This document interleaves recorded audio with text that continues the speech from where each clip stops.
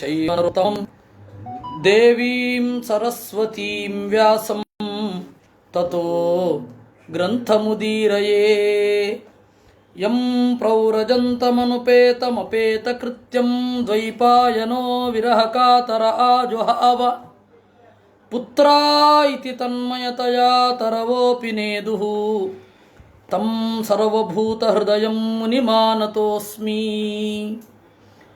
ಯಸ್ಯಾನುಭಾವಮಖಿಲಶ್ರುತಿಸಾರಮೇಕಮಧ್ಯಾತ್ಮದೀಪಮತಿತಿತೀರ್ಷತಾಂ ತಮೋಂಧಂ ಸಂಸಾರಿಣಾಂ ಕರುಣಯಾಃ ಪುರಾಣಗುಹ್ಯಂ ತಂ ವ್ಯಾಸಸೂನುಮುಪಯಾಮಿ ಗುರುಂ ಮುನೀನಾಂ ಮಾತರ್ಮೇ ಮಾತರಿಶ್ವನ್ನ ಪಿತರತುಲಗುರೋ ಭ್ರಾತರಿಷ್ಟಾಪ್ತಬಂಧೋ ಸ್ವಾಮಿನ್ ಸರ್ವಾಂತರಾತ್ಮನ್ನಜರ ಜರಯಿತರ್ಜನ್ಮ ಮೃತ್ಯಾಮಯಾನಾಂ ಗೋವಿಂದೇ ದೇಹಿ ಭಕ್ತಿಂ ಭವತಿ ಚ ಭಗವನ್ನೂರ್ಜಿತಾಂ ನಿರ್ನಿಮಿತ್ತಾಂ ನಿರ್ವ್ಯಾಜಾಂ ನಿಶ್ಚಲಾಂ ಸದ್ಗುಣಗಣಬೃಹತೀಂ ಶಾಶ್ವತೀಂ ಆಶುದೇವಾ. ಮನುಷ್ಯರು ಒಳ್ಳೆ ಸಾಧನೆ ಮಾಡಿದವರು ಈ ದೇಹವನ್ನು ತೊರೆದು ಹೋಗುವ ರೀತಿಯನ್ನು ಉತ್ಕ್ರಾಂತಿ ಅಂತ ಕರೀತಾರೆ. ಉತ್ ಅಂದರೆ ಮೇಲ್ಗಡೆ, ಕ್ರಾಂತಿ ಅಂದರೆ ಸಾಗೋದು ಅಂತ. ಸಂಕ್ರಾಂತಿ ಎನ್ನುವ ಹೆಸರು ಹೀಗೆ ಬಂದದ್ದು, ದಕ್ಷಿಣಕ್ಕೆ ವಾಲಿ ಸಾಗುತ್ತಾ ಇದ್ದ ಸೂರ್ಯ ಇನ್ನು ಮುಂದೆ ಉತ್ತರಕ್ಕೆ ವಾಲಿ ಸಾಗುತ್ತಾನೆ ಅಂತ. ಅದರಿಂದಾಗಿ ಸಂಕ್ರಾಂತಿ ಅಂತ. ಕ್ರಾಂತಿ ಅಂದರೆ ಗಮನ, ನಡೆ ಅಂತ. ಹಾಗೆ ಇದು ಉತ್ಕ್ರಾಂತಿ ಅಂದರೆ ಮೇಲ್ಗಡೆ ಸಾಗೋದು ಅಂತ.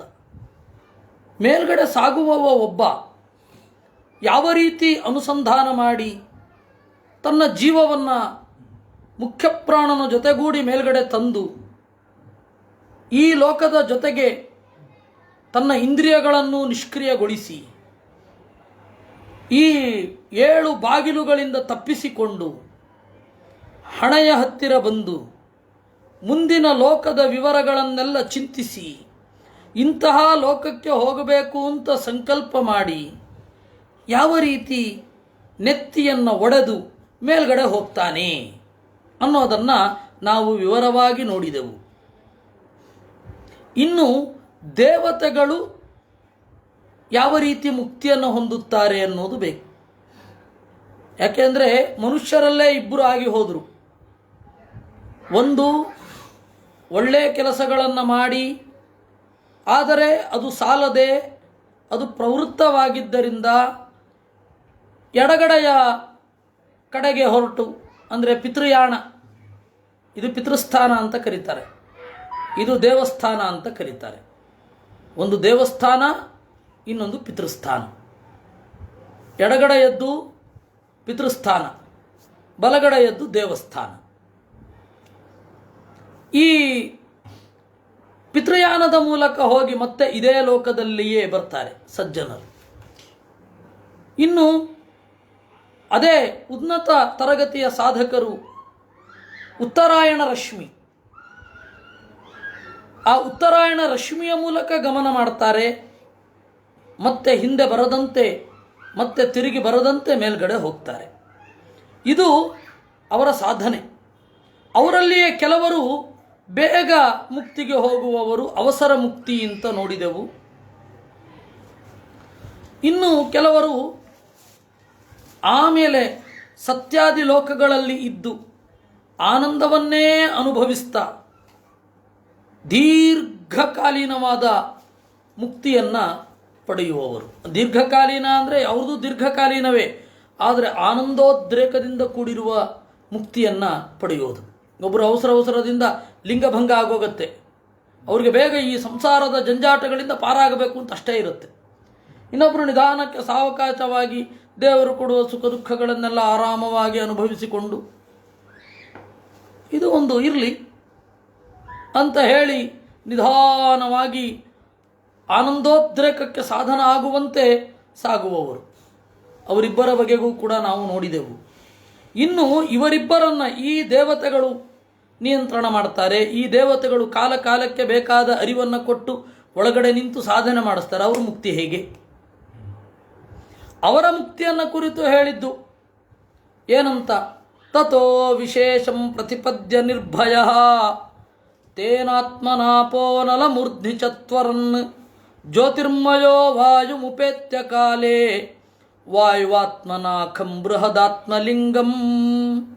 ಮೊದಲು ಪಂಚಭೂತಗಳ ಒಳಗಡೆ ಇರುವ ಪಂಚಭೂತಗಳನ್ನು ನಿಯಂತ್ರಣ ಮಾಡುವ ದೇವರ ರೂಪಗಳನ್ನು ಸಾಕ್ಷಾತ್ಕರಿಸಿಕೊಳ್ಳುತ್ತಾ ಬ್ರಹ್ಮದೇವರ ಜೊತೆಗೆ ಅಲ್ಲೆಲ್ಲ ಪ್ರಯಾಣ ಮಾಡಿ ಕ್ರಮೇಣ ಅದನ್ನು ಬಿಡ್ತಾ ಹೋಗ್ತಾರೆ. ಅದನ್ನು ಹೇಳಿದರು. ತತಃ ಬ್ರಹ್ಮದೇವರ ಸಾಧನೆ ಆದ ಮೇಲೆ ಅವರ ಜೊತೆಗೆ ವಿಶೇಷಂ ಪ್ರತಿಪದ್ಯ, ಭೂಮಿಗೆ ವಿಶೇಷ ಅಂತ ಹೆಸರು. ಯಾಕೆ ಅಂದರೆ ಎಲ್ಲ ತರಹದ ಒಂದು ಗುಣಗಳು ಭೂಮಿಯಲ್ಲಿ ಇವೆ. ಅದರಿಂದಾಗಿ ಅದು ವಿಶೇಷ ಅಂತ. ಶಬ್ದ ಇದೆ, ಸ್ಪರ್ಶ ಇದೆ, ರೂಪ ಇದೆ, ರಥ ಇದೆ, ಗಂಧ ಇದೆ, ಎಲ್ಲ ಗುಣಗಳು ಇರೋದು ಭೂಮಿಯಲ್ಲಿ. ಅದರಿಂದಾಗಿ ವಿಶೇಷ ಅಂತ ಭೂಮಿಗೆ ಹೆಸರು. ವಿಶೇಷಂ ಪ್ರತಿಪದ್ಯ, ಭೂತತ್ವವನ್ನು ಹೊಂದಿ, ತೇನ ಆತ್ಮನ, ಆ ಭೂತತ್ವ ನಿಯಾಮಕನಾದ ದೇವರನ್ನು ನೋಡಿಕೊಂಡು ಅವನ ಜೊತೆಗೂಡಿ ಜಲತತ್ವ ನಿಯಾಮಕವಾದ ಭಗವದ್ ರೂಪವನ್ನು ಸೇರ್ತಾರೆ. ಪರಮಾತ್ಮನ ರೂಪಗಳಿಗೆ ಐಕ್ಯ ಆಗುತ್ತೆ. ಆ ಐಕ್ಯವನ್ನು ಇವರು ಕಣ್ಣಾರೆ ನೋಡ್ತಾರೆ, ದೇವತೆಗಳು ಬ್ರಹ್ಮದೇವರ ಜೊತೆಗೆ. ಆಮೇಲೆ ಅಲ್ಲಿಂದ ಮುಂದೆ ಹೋಗ್ತಾರೆ, ಅಗ್ನಿತತ್ವದ ನಿಯಾಮಕವಾದ ರೂಪವನ್ನು ನೋಡ್ತಾರೆ. ಆ ಎರಡೂ ರೂಪಗಳು ಅಭಿನ್ನ ಆಗಿರೋದನ್ನು ನೋಡ್ತಾರೆ. ಅಲ್ಲಿಂದ ಕಳಚಿಕೊಂಡು ವಾಯುಮುಪೇತ್ಯ, ಗಾಳಿಯಲ್ಲಿ ವಾಯುತತ್ವದ ನಿಯಾಮಕವಾಗಿರುವ ಭಗವದ್ ರೂಪವನ್ನು ನೋಡ್ತಾರೆ. ಆ ಭಗವದ್ ರೂಪದ ಐಕ್ಯವನ್ನು ನೋಡಿ ಅಲ್ಲಿಂದ ಖಂ ಬೃಹತ್ ಆತ್ಮಲಿಂಗಂ, ದೇವರ ವ್ಯಾಪ್ತಿಯನ್ನು ನೆನಪಿಸುವಂತಹ ಆಕಾಶ. ಆಕಾಶವನ್ನು ನೋಡಿದಾಗ ನಮಗೆ ದೇವರ ನೆನಪಾಗತ್ತೆ. ಆಕಾಶ ಹೇಗೆ ಎಲ್ಲೆಡೆಯೂ ಇದೆಯೋ ಹಾಗೆ ದೇವರು ಎಲ್ಲೆಡೆಯೂ ಇದ್ದಾನೆ ಅಂತ ಪಂಚಭೂತಗಳಲ್ಲಿ ಒಂದಾಗಿದ್ದು ದೇವರನ್ನು ಅವನ ಗುಣಗಳ ಸಮೇತ ನೆನಪಿಸುವಂತಹ ಒಂದು ವಸ್ತು ಅಂತಂದರೆ, ಒಂದು ಭೂತ ಅಂತಂದರೆ ಅದು ಆಕಾಶ. ಅದಕ್ಕೆ ಅದು ಬೃಹತ್. ಎಲ್ಲದರ ಒಳಗಡೆಯೂ ಆಕಾಶ ಉಂಟು. ಆಕಾಶ ಅಂದರೆ ಅವಕಾಶ. ಎಲ್ಲದರ ಒಳಗಡೆಯೂ ಉಂಟು, ಪರಮಾಣುವಿನ ನಡುವೆಯೂ ಉಂಟು. ಖಂ ಬೃಹತ್ ಆತ್ಮಲಿಂಗಂ. ಆತ್ಮ ಹೇಳಿದರೆ ಪರಮಾತ್ಮ, ಪರಮಾತ್ಮನನ್ನು ನೆನಪಿಸುವಂಥದ್ದು. ಅದು ಹೇಗೆ ಸರ್ವತ್ರ ವ್ಯಾಪ್ತವಾಗಿದೆಯೋ ಹಾಗೆ ದೇವರು ಕೂಡ ಸರ್ವತ್ರ ವ್ಯಾಪ್ತನಾಗಿದ್ದಾನೆ ಅಂತ ನೆನಪಿಸುವಂತಹ ಒಂದು ತತ್ವ. ಅದರ ಒಳಗಡೆ ಇರುವ ದೇವರನ್ನು ಸೇರ್ತಾರೆ. ಇದು ನಾವು ನಿನ್ನೆ ನೋಡಿದ್ವಿ. ಇತಿ ಪೂರ್ವಕಥಾನುವಾದ. ಈಗ ಅವಸರದ ಮುಕ್ತಿಯನ್ನು ಪಡೆದುಕೊಳ್ಳುವವರಿಗೆ ಅವರು ದೇವತೆಗಳಾಗಿರಲ್ಲ. ಮನುಷ್ಯರು ಅವಸರದ ಮುಕ್ತಿಯನ್ನು ಪಡ್ಕೋತಾರೆ. ಅವರಿಗೆ ಇದರೆಲ್ಲದರ ಸಾಕ್ಷಾತ್ಕಾರ ಆಗಬೇಕು ಅಂತ ಇಲ್ಲ. ಅವರಿಗೆ ಯೋಗ್ಯವಾದ ಸಾಕ್ಷಾತ್ಕಾರ ಆಗಿ ಅವರಿಗೆ ಎಷ್ಟು ಆನಂದ ಅಷ್ಟು ಆನಂದ ಆಗುತ್ತೆ. ಆದರೆ ಆನಂದೋದ್ರೇಕ ಆಗಲಿಕ್ಕೆ ಬೇಕಾದ ವಿಶೇಷ ಸಾಧನಗಳನ್ನು ಅವರೇನು ಮಾಡಿಕೊಂಡಿಲ್ಲ. ಆನಂದ ವೃದ್ಧಿ ಆಗಲ್ಲ, ಬಟ್ ಅವರು ಕೂಡ ಮುಕ್ತಿಯನ್ನು ಹೊಂದಬೇಕಾಗಿದ್ದು ಬ್ರಹ್ಮದೇವರೊಂದಿಗೆ ತಾನೆ. ಬ್ರಹ್ಮದೇವರ ಒಂದಿಗೆ ಹೊಂದಲ್ಲ. ಅದನ್ನೇ ನಿನ್ನೆ ಆಚಾರ್ಯರು ಹೇಳಿದ್ದು. ಮತ್ತೆ ಇವತ್ತು ಭಾಷ್ಯದಲ್ಲಿ ನಾವು ಭಾಷ್ಯವನ್ನು ಓದಿದಾಗ ಮತ್ತೆ ನಾವು ಭಾಷ್ಯವನ್ನು ಓದ್ತೇವೆ. ನಿನ್ನೆ ಒಂದು ಸ್ವಲ್ಪ ಓದಿದ್ವಿ ಅದನ್ನು. ಮತ್ತೆ ಯಾಕೆಂದರೆ ಮೊದಲು ನಾನು ಯಾಕೆ ನನ್ನ ಭಾಷ್ಯವನ್ನು ಓದಿದ್ದು ಅಂತಂದರೆ, ಮೊದಲು ಭಾಗವತವನ್ನು ಹೇಳಿ ಆಮೇಲೆ ಭಾಷ್ಯಕ್ಕೆ ಬರುವಾಗ ಕನ್ಫ್ಯೂಸ್ ಆಗುವ ಸಾಧ್ಯತೆಗಳಿದೆ. ಅದಕ್ಕೆ ವ್ಯಾಖ್ಯಾನವನ್ನು ಮೊದಲು ಹೇಳಿ ಏನು ಪ್ರಮೇಯ ಇಲ್ಲಿ ಇದೆ ಅಂತ ಗೊತ್ತಾದ ಮೇಲೆ ಮತ್ತೆ ಮೂಲವನ್ನು ಓದೋದು ಅಂತ ಅದಾಗಿತ್ತು. ಹೀಗಿದೆ. ಇಲ್ಲಿಂದ ಮುಂದೆ ಹೋಗೋಣ. ಇದು ಭೂತದ ವಿಚಾರ ಆಯಿತು. ಇನ್ನು ಭೂತ ಸೂಕ್ಷ್ಮದ ವಿಚಾರ. ನಾನು ನಿನ್ನೆ ಹೇಳಿದೆ ಇದು ಮೆಟಾಫಿಸಿಕ್ಸ್ ಅಂತ. ಯಾಕೆ ಅಂದರೆ ಪಂಚಭೂತಗಳ ಇಂಗ್ರೀಡಿಯೆಂಟ್ಸ್ ಯಾವುದು? ಪಂಚಭೂತಗಳ ಇಂಗ್ರೀಡಿಯೆಂಟ್ಸು ಅದೇ ಪರಮಾಣುಗಳು. ನಾನು ನಿಮಗೆ ಒಂದು ಹೇಳ್ತಾ ಇದ್ದೆ, ನಮ್ಮ ಪ್ರಾಚೀನ ಭಾರತದ ಫಿಸಿಕ್ಸನ್ನು ಮುಂದೆ ಇಟ್ಟವರು ವೈಶೇಷಿಕರು, ಅವರನ್ನು ಆಮೇಲೆ ತಾರ್ಕಿಕರು ಅಂತ ಕರೆದವು, ಅವರೆಲ್ಲ ದಾರಿ ತಪ್ಪಿದ ಮಕ್ಕಳು ಅಂತ. ಅವರು ಬೇರೆ ಬೇರೆ ಪರಮಾಣುಗಳಿದೆ ಅಂತ ಹೇಳ್ತಾರೆ. ಜಲೀಯ ಪರಮಾಣು ಬೇರೆ, ಪಾರ್ಥಿವ ಪರಮಾಣು ಬೇರೆ, ಎಲ್ಲ ಬೇರೆ ಬೇರೆ ಅವ್ರ ಪ್ರಕಾರ. ನೀರಿಗೆ ಅಂತಲೇ ಬೇರೆ ಪರಮಾಣು ಇರುತ್ತಾ? ಗಾಳಿಗೆ ಅಂತಲೇ ಬೇರೆ ಪರಮಾಣು ಅಂತಾರವರು. ಇವತ್ತು ಆರಂಭಿಕ ಸೈನ್ಸ್ ಓದುವ ಹುಡುಗನಿಗೂ ಕೂಡ ಗೊತ್ತು ಇದು ಅಸಂಗತ ಅಂತ. ಹಾಗಾದರೆ ಪಂಚಭೂತಗಳ ಇಂಗ್ರೀಡಿಯೆಂಟ್ಸ್ ಏನಾದರೂ ಇದ್ದರೆ ಅದು ಯಾವುದು? ಪಂಚಭೂತಗಳ ಇಂಗ್ರೀಡಿಯೆಂಟ್ಸ್ ಯಾವುದು ಅಂತಂದರೆ ಇದೇ ಪರಮಾಣುಗಳೇ, ಆದರೆ ವಿನ್ಯಾಸ ಭೇದ ಇರುತ್ತೆ. ಅದನ್ನು ಇವತ್ತಿನ ಫಿಸಿಕ್ಸ್ನವರು ಒಪ್ತಾರೆ. ಡೆನ್ಸಿಟಿ ಆಫ್ ಮ್ಯಾಲಿಕ್ಯೂಲ್ಸ್ ಅಂತನ್ನೋದು ಹೀಟ್ ಅಲ್ವಾ? ಅದರಿಂದಾಗಿ ಇದು ಪರಮಾಣುಗಳು ವಿನ್ಯಾಸ ಭೇದವನ್ನು ಹೊಂದಿ ಆ ಪಂಚಭೂತಗಳಾಗ್ತವೆ. ಪಂಚಭೂತಗಳಾಗಲಿಕ್ಕೆ ಆ ವಿನ್ಯಾಸ ಹೇಗೆ ಬರುತ್ತೆ? ಆ ಗುಣವನ್ನು ಪ್ರೊಡ್ಯೂಸ್ ಮಾಡೋದ್ರಿಂದ. ಗಾಳಿ ಅನ್ನೋದು ಶಬ್ದವನ್ನು ಕೊಡಬೇಕು. ಆ ಡೆನ್ಸಿಟಿ ಆಫ್ ಸ್ಪರ್ಶ ಅದೇ ಮುಂದೆ ಬೆಂಕಿ ಆಗೋದು. ಅದು ಸ್ವಲ್ಪ ತಣ್ಣಗಿರಬೇಕಾದ್ರೆ ಬಿಡಿ ಬಿಡಿಯಾಗಿ ಇರಬೇಕು. ಅದು ನೀರು. ಗಟ್ಟಿಯಾಗಿಯೂ ಇದ್ದು ಶಬ್ದ ಸ್ಪರ್ಶ ರೂಪರಸಗಳನ್ನೂ ಹೊಂದುವ ಹಾಗಿದ್ದರೆ ಅದು ಭೂಮಿ. ಎಲ್ಲ ಗುಣಗಳು ಹೊಂದಿರುವ ಹಾಗೆ. ಅಂದರೆ ಯಾವುದೇ ಒಂದು ಮ್ಯಾಟರ್ನ ಆಸ್ಪೆಕ್ಟ್ ತೆಗೆದುಕೊಂಡಾಗ, ಮೆಟೀರಿಯಲ್ ಆಸ್ಪೆಕ್ಟನ್ನು ತೆಗೆದುಕೊಂಡಾಗ ಆ ಡಿಸೈನ್ ಆಫ್ ಆಟಮ್ಸ್ ಇದೆಯಲ್ಲ, ಅದಕ್ಕೆ ಕಾರಣವಾದದ್ದನ್ನು ಭೂತ ಸೂಕ್ಷ್ಮ ಅಂತ ಕರೀತಾರೆ. ಹಾಗಾದ್ರೆ ಇದು ಕೇವಲ ಜಡ, ಇದರಲ್ಲಿ ಯಾವ ಇದನ್ನು ಇಲ್ವಾ? ಖಂಡಿತ ಇಲ್ಲ. ಆ ಭೂತ ಸೂಕ್ಷ್ಮಗಳ ಒಳಗಡೆ ಭೂತ ಸೂಕ್ಷ್ಮಗಳನ್ನು ಡಿಫ್ರೆನ್ಶಿಯೇಟ್ ಮಾಡೋದು ಹೇಗೆ ಅಂದರೆ ಗುಣಗಳಿಂದ. ಒಂದು ಅಗಾಧವಾದ ಶಬ್ದ ವ್ಯಾಪ್ತಿ,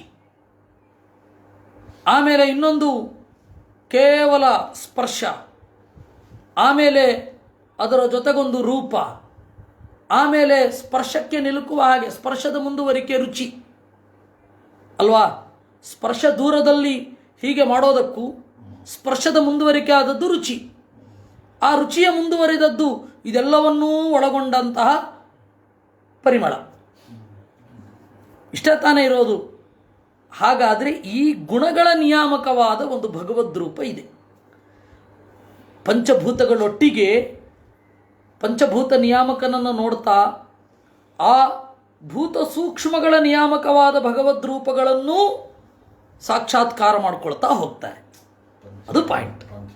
ಅವಾಗೇನಾಗತ್ತೆ, ಮುಕ್ತಿ ಅಂದರೆ ಪಂಚಭೂತಗಳ ಬಂಧನ ಇಲ್ಲದೆ ಇರೋದು. ಯಾಕೆ ಅಂದರೆ ಅದರ ಒಳಗಡೆ ನಿಯಾಮಕವಾದ ಭಗವದ್ ರೂಪದ ಒಲುಮೆಯನ್ನು ಅವರು ಪಡೆದಿದ್ದಾರೆ, ಆದ್ದರಿಂದಾಗಿ ಅಂತ ಉತ್ತರ.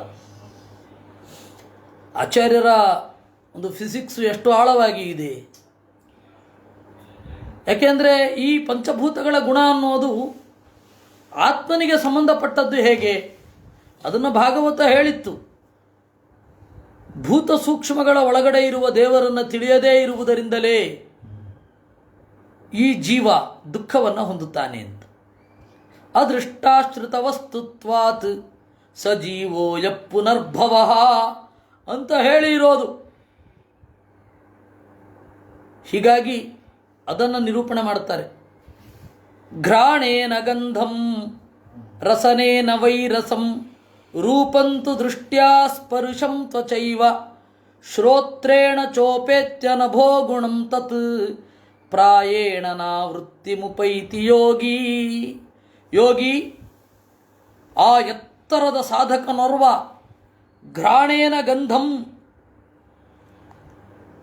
ಘ್ರಾಣದ ಜೊತೆಗೆ ಆ ಭೂತ ಸೂಕ್ಷ್ಮೇಂದ್ರಿಯ ನಿಯಾಮಕನಾಗಿರುವ, ಭೂತ ಸೂಕ್ಷ್ಮದ ನಿಯಾಮಕನಾಗಿರುವ ಗಂಧವನ್ನು ನಿಯಂತ್ರಿಸುವ ಭಗವಂತನ ಹೆಸರು ಗಂಧ ಅಂತಾನೆ. ಈಗ ಹೊರಗಡೆ ಏನು ಪಂಚಭೂತಗಳಿದೆ ಅದೇ ಪಂಚೇಂದ್ರಿಯಗಳಾಗಿ ಕೂತ್ಕೊಂಡಿರೋದು. ಆಕಾಶವನ್ನು ಗ್ರಹಿಸುವ ಹಾಗೆ ಕಿವಿ ಉಂಟು. ಕಿವಿ ಆಕಾಶದ ಗುಣವನ್ನು ಗ್ರಾಸ್ಪ್ ಮಾಡುತ್ತೆ.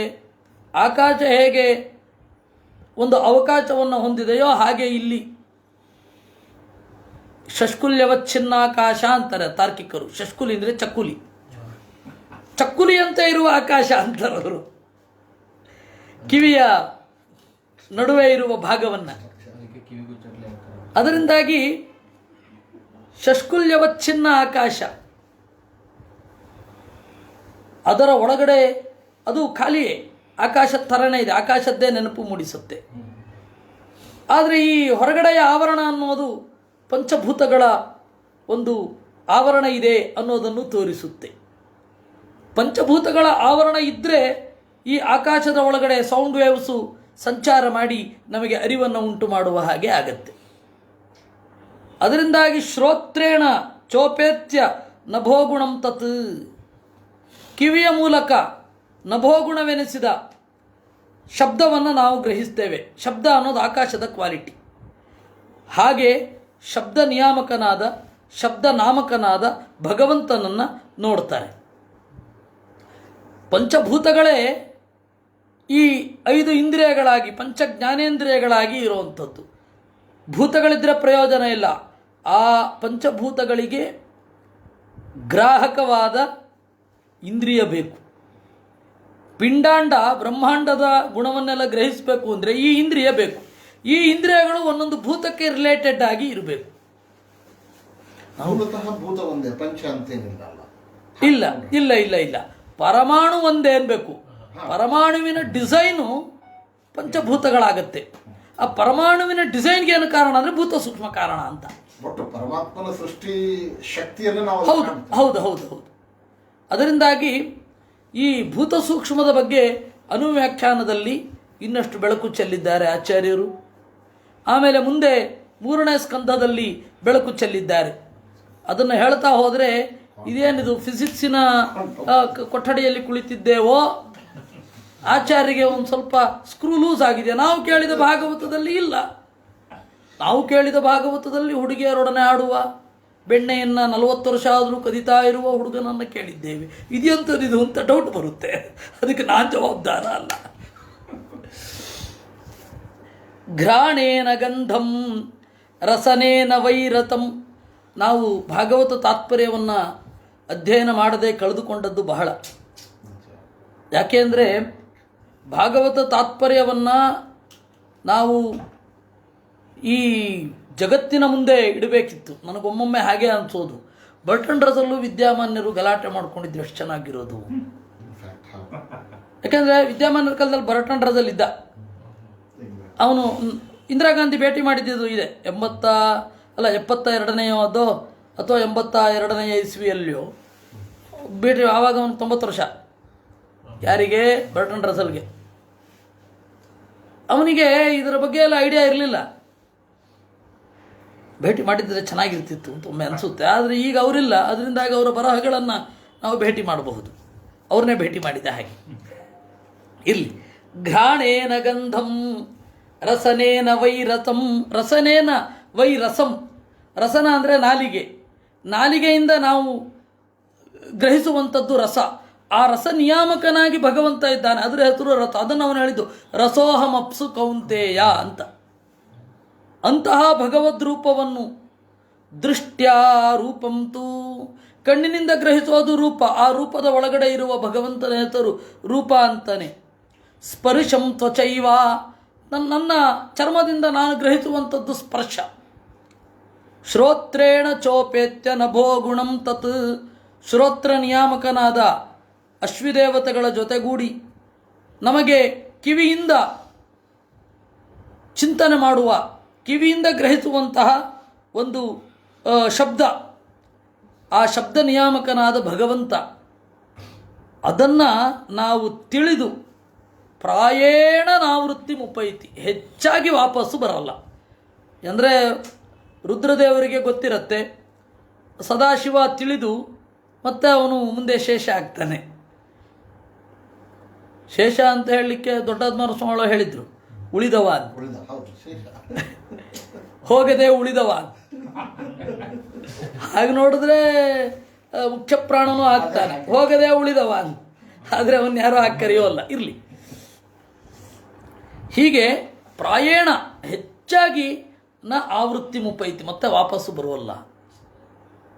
ಶೇಷನಾಗುವುದು ಪ್ರಾಣದಿಂದಲೇ.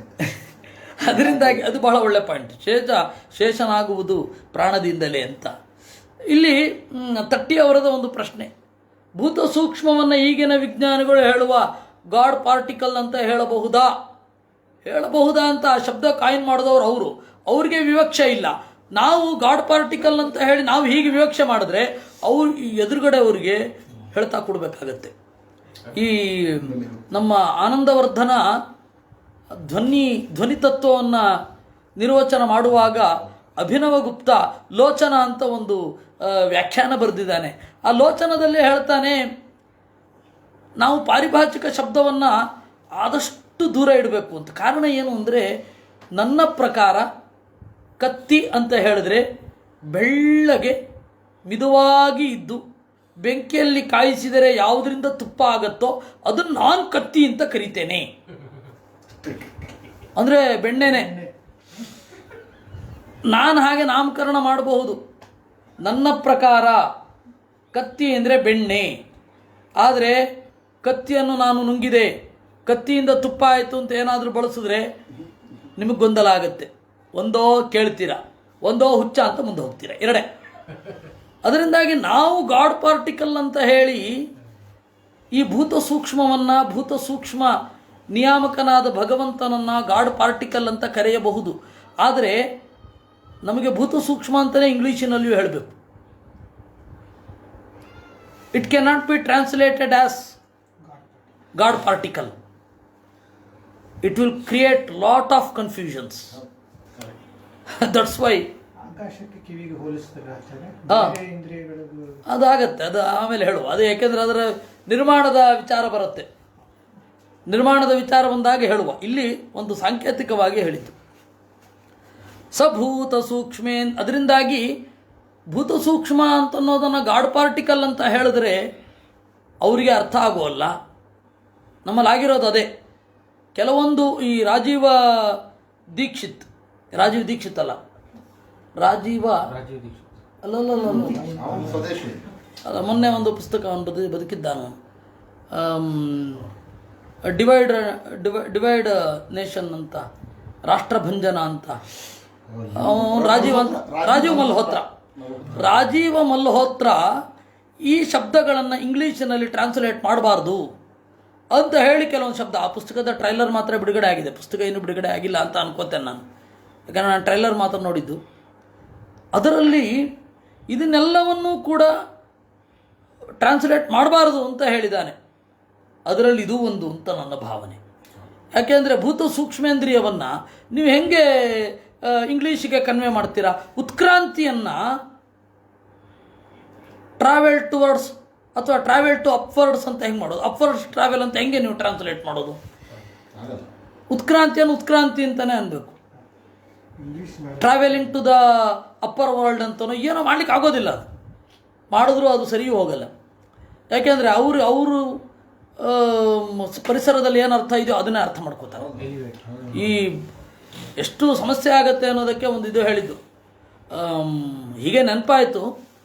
ಅದು ಉಡುಪಿಯಲ್ಲಿ ನವಗ್ರಹ ಕಿಂಡಿ ಗ್ರಹ ಸ್ಯಾಟಲೈಟು 9 ಸ್ಯಾಟಲೈಟ್ ಹೋಲ್ಸ್ ಅಂತ ಒಬ್ಬ ಅನುವಾದ ಮಾಡ್ತಾ ಇದ್ದ. ಇವನಿಗೆ ಗೊಂದಲ. ಈ ಸ್ಥಳೀಯ ಗೈಡ್ಗಳಿದ್ದಾರಲ್ಲ ಅವರೇ ಹಾಳು ಮಾಡೋದು. ಮೊನ್ನೆ ಯಾರೋ ಒಬ್ಬರು ಬಂದು ಟೀಚರು ಅಲ್ಲಿ ತುಲಾಭಾರಕ್ಕೆ ಇಟ್ಟಿದ್ದ ಕೊಕ್ಕೆಗಳನ್ನು ನೋಡ್ಬಿಟ್ಟು ಇದೇ ಕೊಕ್ಕೆಗೆ ಕನಕದಾಸರು ನೇತು ಹಾಕಿದ್ದು ಅಂತ ಇವರೇ ಭಾರಿ ಕಂಡವರು. ಹಾಗೆ ತುಲಾಭಾರಕ್ಕೆ ಇಟ್ಟ ಕೊಕ್ಕೆ ಅದು ಕೃಷ್ಣ ಮಠದ ಒಳಗಡೆ ಇದೆ. ಅದೊಂದು ದುರಂತ. ಇವರು ಕೃಷ್ಣ ಮಠದ ಹೊರಗಡೆ ಇದೆ ಅಂತ ಹೇಳಿದ್ದಲ್ವಾ, ಅದು ಕೃಷ್ಣ ಮಠದ ಒಳಗಡೆ ಇದೆ. ಅಯ್ಯೋ ರಾಮ, ಇಂಥವರಿಂದ ಭಾರಿ ಕಷ್ಟ ಆಗತ್ತೆ. ನಾವು ಅನುವಾದ ಮಾಡದೇ ಇರೋದು ಉತ್ತಮ. ನೀವು ಇದರಲ್ಲೇ ಕಲೀರಿ, ಸಂಸ್ಕೃತವನ್ನೇ ಕಲಿಬೇಕಷ್ಟೇ. ಕೆಲವೊಂದನ್ನು ನಾವು ಅನುವಾದ ಮಾಡಲ್ಲ, ಇಂಗ್ಲೀಷಿನಲ್ಲಿ ಹೇಳ್ತೇವೆ. ಬರ್ತೀಯಾ, ಹೋಗ್ತೀಯಾ, ತಿಂತೀಯಾ, ಕೂಡು, ನಡಿ ಇತ್ಯಾದಿಗಳಿಗೆ ಇಂಗ್ಲೀಷ್ ಬಳಸಬೇಕು. ಈ ಗಾಡ್ ಪಾರ್ಟಿಕಲ್ ಅದನ್ನೆಲ್ಲ ಬಳಸಿದ್ರೆ ಖಂಡಿತ ಅಪಾರ್ಥವೇ ಆಗುವುದು. ಅದರಿಂದಾಗಿ ಬಳಸಲಿಕ್ಕಾಗಲ್ಲ. ಇನ್ನು ಮುಂದೆ ಸಭೂತ ಸೂಕ್ಷ್ಮೇಂದ್ರಿಯ ತನ್ನಿಕರ್ಷಾತ್ ಸನಾತನೋಸೌ ಭಗವಾನನಾದಿ ಮನೋಮಯಂ ದೇವಮಯಂ ವಿಕಾರ್ಯಂ ಸಂಸಾಧ್ಯ ಸಹತೇನ ಯಾತಿ. ಹೀಗೆ ಭೂತಗಳಾಯಿತು, ಭೂತ ಸೂಕ್ಷ್ಮಗಳಾಯಿತು, ಅದರೊಳಗಡೆ ಇರುವ ದೇವರನ್ನು ಸಾಕ್ಷಾತ್ಕರಿಸಿಕೊಂಡು ಮುಂದೆ ಹೋಗ್ತಾರೆ. ನಾವು ಮೊದಲು ಅದರ ಬಗೆಗಿನ ಆ ಶ್ಲೋಕದ ಬಗೆಗಿನ ತಾತ್ಪರ್ಯವನ್ನು ನೋಡೋಣ. ಮಧ್ವಾಚಾರ್ಯರ ಭಾಗವತ ತಾತ್ಪರ್ಯವನ್ನು ನೋಡೋಣ. ಪಂಚೇಂದ್ರಿಯೈರ್ಯೇ ವಿಷಯಾ ಯೇಷ್ಟವ್ಯಾ ಸರ್ವತೋ ವರಾಹ ಮಾನಸಾಂಶ್ಚ ಅಖಿಲಾನ್ ಪ್ರಾಪ್ಯ ಮುಕ್ತಾ ಮೋದಂತಿ ದೇವತಾ. ಪಂಚೇಂದ್ರಿಯಗಳು ಬಯಸುವಂತಹ ವಿಷಯ, ಪಂಚೇಂದ್ರಿಯಗಳು ಬಯಸುವಂತಹ ವಿಷಯ. ಯೇಷ್ಟವ್ಯಾ ಸರ್ವತೋವರಾಹ. ಪಂಚೇಂದ್ರಿಯಗಳಿಂದ ನಾವು ಸುಖವನ್ನು ಹೊಂದಲಿಕ್ಕೆ ಬಯಸ್ತೇವೆ. ಯಾವುದರ ಸುಖ? ಈ ವಿಷಯಗಳ ಸುಖ. ಈ ಪಂಚೇಂದ್ರಿಯಗಳು ಗೋಳಕಗಳು ಮಾತ್ರ ಇದ್ದು ಇಂದ್ರಿಯಗಳು ಪ್ರತಿಬಂಧ ಆದಾಗ ವಿಷಯ ಗೊತ್ತಾಗಲ್ಲ. ಕಣ್ಣು ಇರುತ್ತೆ, ರೂಪ ಗೊತ್ತಾಗಲ್ಲ, ಗೋಳಕ ಮಾತ್ರ ಇರುವುದು. ಅದರಿಂದ ಮಾನಸಾಂಶ್ಚ ಅಖಿಲಾನ್ ಪ್ರಾಪ್ಯ, ಇದಕ್ಕೆ ಹಿಂದ್ಗಡೆ ಮನಸ್ಸಿನ ಒಂದು ನೆರವು ಬೇಕು. ಈ ಮನಸ್ಸು ನೆರವು ಕೊಟ್ಟಾಗ ಅದಕ್ಕೆ ನಿಯಾಮಕವಾದ ಭಗವಂತನನ್ನು ಕಂಡು ಮುಕ್ತಾ ಮೋದಂತಿ ದೇವತಾ, ಮುಕ್ತರಾದ ದೇವತೆಗಳು ಆನಂದವನ್ನು ಅನುಭವಿಸ್ತಾರೆ. ತಥಾ ಉದ್ರಿಕ್ತ ನಿಜಾನಂದಾ ನಿತ್ಯಾನಂದಾ ಅಸಂವೃತಾ. ಅವರಿಗೆ ಆನಂದೋದ್ರೇಕವೂ ಇರುತ್ತೆ ದೇವತೆಗಳಿಗೆ. ಯಾಕೆಂದರೆ ಆ ಪ್ರತಿಯೊಂದು ಪಂಚಭೂತಗಳ ಒಳಗಡೆ ಇರುವ ಭಗವಂತನ ರೂಪಗಳನ್ನು, ಭೂತ ಸೂಕ್ಷ್ಮಗಳ ಒಳಗಡೆ ಇರುವ ಭಗವಂತನ ರೂಪಗಳ ಸಾಕ್ಷಾತ್ಕಾರ ಆಗತ್ತವರಿಗೆ. ಅದರಿಂದಾಗಿ ಒಂದು ತಥೋದ್ರಿಕ್ತ ನಿಜಾನಂದ, ಸ್ವರೂಪಾನಂದ ಉದ್ರಿಕ್ತವಾಗುತ್ತೆ, ಅದು ನಿತ್ಯವಾಗಿ ಇರುತ್ತೆ. ಅಸಂವೃತಾ, ಯಾವುದರ ಬಂಧನವೂ ಇರೋಲ್ಲ. ಮುಕ್ತರಿಗೆ ಯಾಕೆ ಬಂಧನ ಇರೋದಿಲ್ಲ ಅಂದರೆ ಅವರ ಮುಕ್ತಿಗೆ ಕಾರಣವಾದದ್ದು ಆ ನಿಯಾಮಕವಾದ ಭಗವದ್ರೂಪದ ಸಾಕ್ಷಾತ್ಕಾರ. ಇದರೆಲ್ಲದರ ಸಾರವನ್ನು ಪಂಡಿತಾಚಾರ್ಯರು ಮಧ್ವ ವಿಜಯದಲ್ಲಿ ಹೇಳಿದ್ದಾರೆ. ಪಂಚಭೂತಗಳು ಇರ್ತವೆ, ಅಲ್ಲಿ ಪಂಚಭೂತಗಳ ಅಭಿಮಾನಿಗಳು ಕೂಡ ಮುಕ್ತರಾದವರೇ ಇದ್ದಾರೆ ಅಂತ. ಅದರಿಂದಾಗಿ ಗಾಳಿ ಬೀಸ್ತಾನೆ, ಗಾಳಿಯೂ ಮುಕ್ತ ಅಂತ ಹೇಳ್ತಾರೆ. ಗಾಳಿ ಬೀಸುತ್ತೆ, ಆ ಗಾಳಿಯೂ ಕೂಡ ಮುಕ್ತವೇ ಅಲ್ವೇ ಅಂತ ಹೇಳ್ತಾರೆ ಅವರು. ಅದರಿಂದಾಗಿ ಕೇವಲ ಕಾವ್ಯದ ದೃಷ್ಟಿಯಲ್ಲಿ ನೋಡಿ ಆಚಾರ್ಯರ ಗ್ರಂಥಗಳ ಹಿನ್ನೆಲೆಯಲ್ಲಿ ಮಧ್ವವಿಜಯ ಕೊಟ್ಟ ಮಧ್ವಾಚಾರ್ಯರ ವ್ಯಕ್ತಿತ್ವವನ್ನು ಚಿತ್ರಿಸಿಕೊಳ್ಳಬೇಕು. ಆವಾಗ ನಮಗದರ ಅರಿವು, ಐಡಿಯಾ ಬರುತ್ತೆ. ಈಗ ಇವರು ಮುಕ್ತರಾಗಿ ಆಮೇಲೆ ಅಭಿಮಾನಿ ದೇವತೆಗಳು ಇಲ್ಲ, ಅಭಿಮಾನಿ ದೇವತೆಗಳು ಮುಕ್ತರಾಗ್ತಾರೆ. ಮುಕ್ತಿಯಲ್ಲಿ ಭೂತ ಸೂಕ್ಷ್ಮೇಂದ್ರಿಯಶ್ಚ ಸಹ ಅನಾದಿರ್ಭಗವಾನ್ ಆಕಾಶಗೋ ಮನೋಮಯಂ ಯಾತಿ. ಆಮೇಲೆ ಈ ಭೂತ ಸೂಕ್ಷ್ಮೇಂದ್ರಿಯ ನಿಯಾಮಕವಾದ ರೂಪಗಳನ್ನು ಉಪಸಂಹಾರ ಮಾಡಿಕೊಂಡು ಮಹಾಪ್ರಳಯದಲ್ಲಿ ಕ್ರಮೇಣ ಮನೋಮಯ ಅಂತ ಅನಿಸಿಕೊಂಡ ಭಗವದ್ ರೂಪದ ಕಡೆಗೆ ಎಲ್ಲರನ್ನ ಕರ್ಕೊಂಡು ಹೋಗ್ತಾನೆ. ಆ ಮನಸ್ಸಿನ ಗುಣ ಏನು ಅನ್ನೋದನ್ನು ನಿರೂಪಣೆ ಮಾಡ್ತಾರೆ. ಸಭೂತ ಸೂಕ್ಷ್ಮೇಂದ್ರಿಯ ತನ್ನಿಕರ್ಷಾತ್ ಸನಾತನೋಸೌ ಭಗವಾನನಾದಿ. ಭೂತ ಸೂಕ್ಷ್ಮ ಇಂದ್ರಿಯ, ಭೂತ ಸೂಕ್ಷ್ಮ ಮತ್ತು ಇಂದ್ರಿಯ ಇವೆರಡರ ಸನ್ನಿಕರ್ಷ, ಅದನ್ನು ಉಂಟು ಮಾಡುವ ಭಗವದ್ ರೂಪ, ಅದನ್ನು ಮನೋಮಯ ಅಂತ ಕರೀತಾರೆ. ಭೂತ ಸೂಕ್ಷ್ಮ ಅಂದ್ರೇನು? ಪಂಚಭೂತಗಳ ಒಳಗಡೆ ಇದ್ದು ಪಂಚಭೂತಗಳ ಸ್ವರೂಪದ ಗುಣಗಳನ್ನು ನಿಯಂತ್ರಣ ಮಾಡುವ ರೂಪ. ಆಮೇಲೆ ಇಂದ್ರಿಯ, ಹೊರಗಡೆ ಅವೆರಡಕ್ಕೂ ಕನೆಕ್ಟ್ ಆಗತ್ತೆ.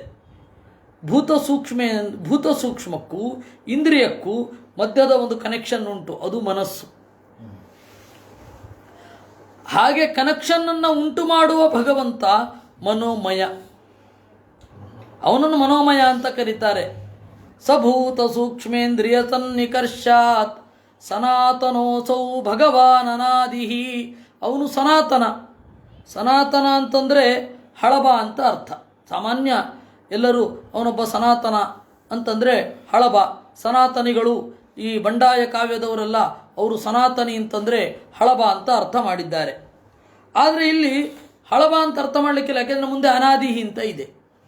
ಹಾಗಾದ್ರೆ ಏನು ಅರ್ಥ ಮಾಡಬೇಕು? ಆಚಾರ್ಯರು ಹೇಳಿದ್ರು, ನಾದೇನ ತೇನ ಮಹತಾ ಸನಾತನ ಇತಿ ಸ್ಮೃತಃ. ನಾದ ಹುಟ್ಟುವ ತಾಣ ಮನಸ್ಸು. ಮನಸ್ಸಿನಿಂದ ಸಂಕಲ್ಪ ಮಾಡಿ ನಾನು ಮಾತನಾಡಬೇಕು ಅಂತಂದಾಗ